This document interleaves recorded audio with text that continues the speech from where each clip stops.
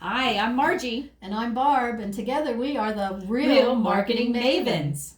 And today we have Jackie Parker with us again, but the reason is because we are going to be talking about a hot topic here in Pennsylvania and something that Jackie is quite involved with. And very passionate about.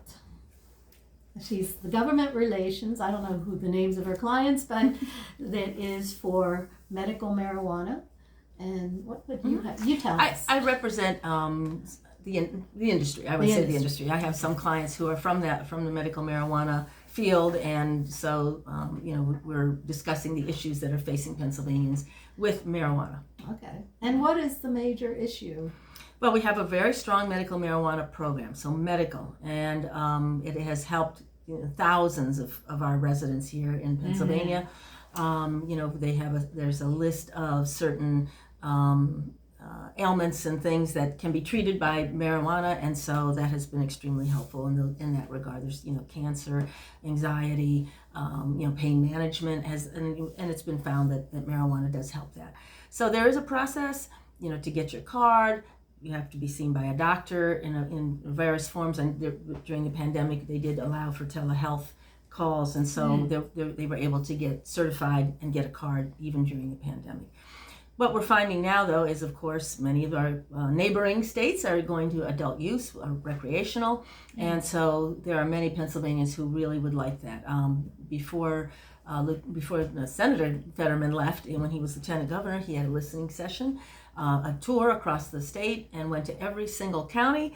I attended a few of those listening sessions, and at least the people who were in attendance, they definitely were pro adult use. Okay, and there seems to be a lot more dispensaries around too.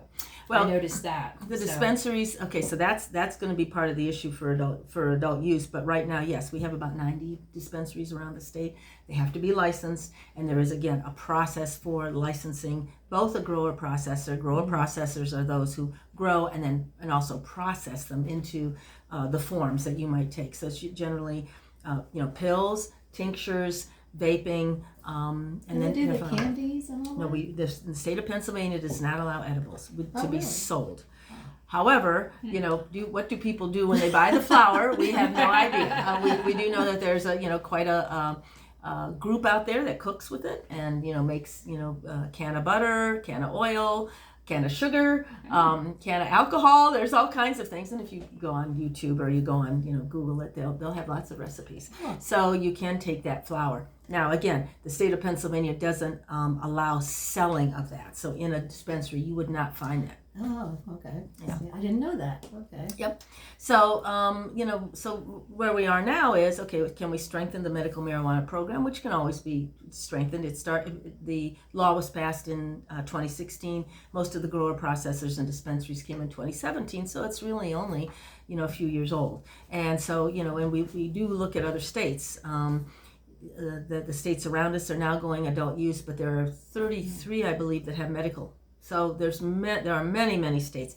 Unfortunately, it still is what they call a Schedule 1 drug for the federal government. So they are, it's still considered an illegal drug. And so we need to get to the federal level. Correct. Okay. Exactly. We would that would really be so helpful. We're hearing from legislators, our state legislators, is hey, once the federal government goes ahead and releases it and takes it off that list of a Schedule 1 drug, then we will be glad to pass adult use.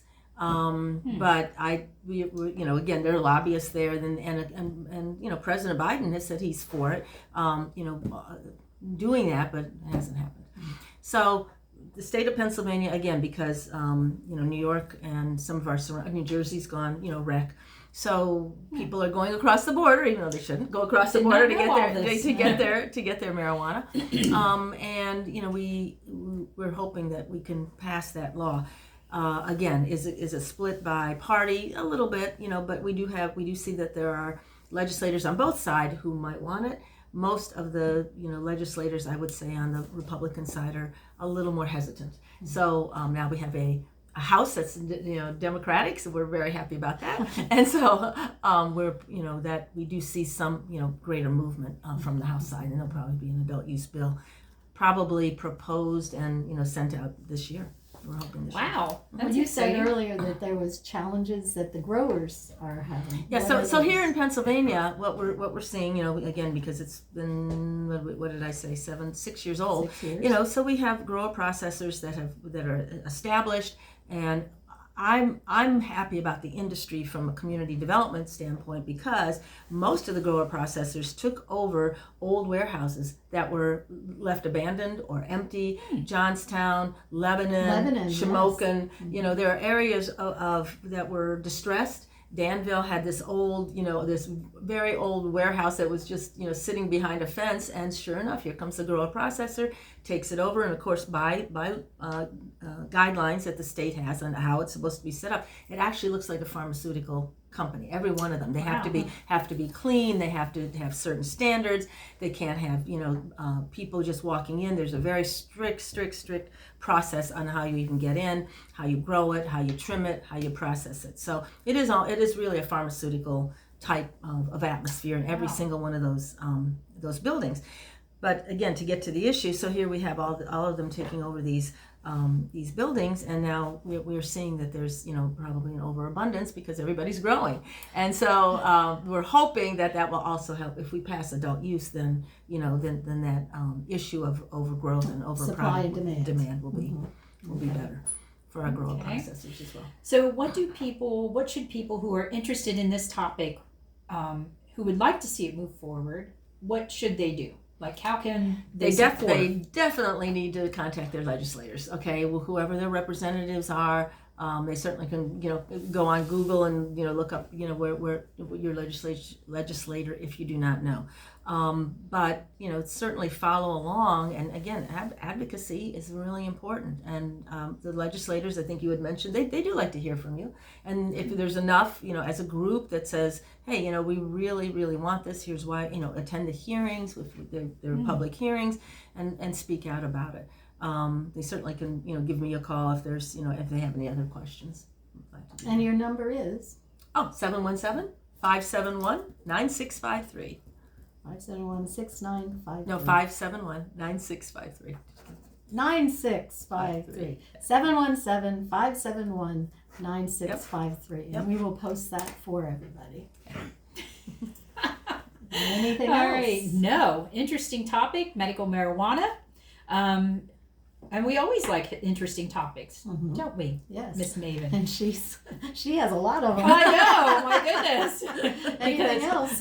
We are the Real Marketing Mavens. Real women, real stories. real results.